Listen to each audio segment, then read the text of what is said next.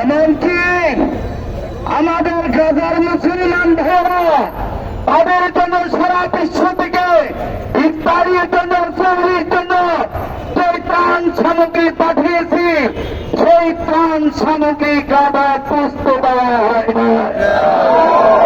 আরব লীগ এবং মুসলমানদের এই সংগঠন তারা ওয়াইসি এক এক করে নাটক মঞ্চস্থ করে আমেরিকাকে তারা খুশি করেছে। সুতরাং আমাদের মুনাফিক শাসকদের বিরুদ্ধে সর্বপ্রথম আমাদের সম্মান করতে হবে।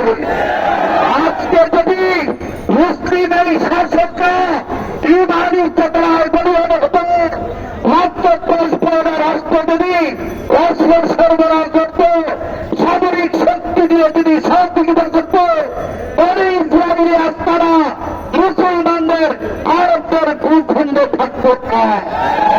সুতরাং আজকে কাতাকে একেবারেই জনশূন্য করার যে পায় তারা করতেছে পাক এবং নেতানিয়াহু। আমরা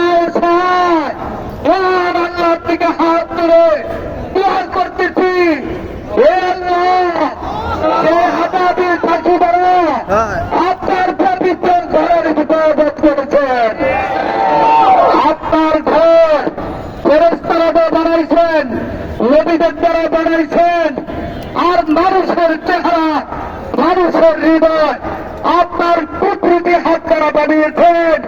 সুতরাং হাজার হাজার মুসলমান শহীদ করা, হাজার হাজার বাইতুল্লাহকে ধ্বংস করার চেয়ে বসে অপরাধ।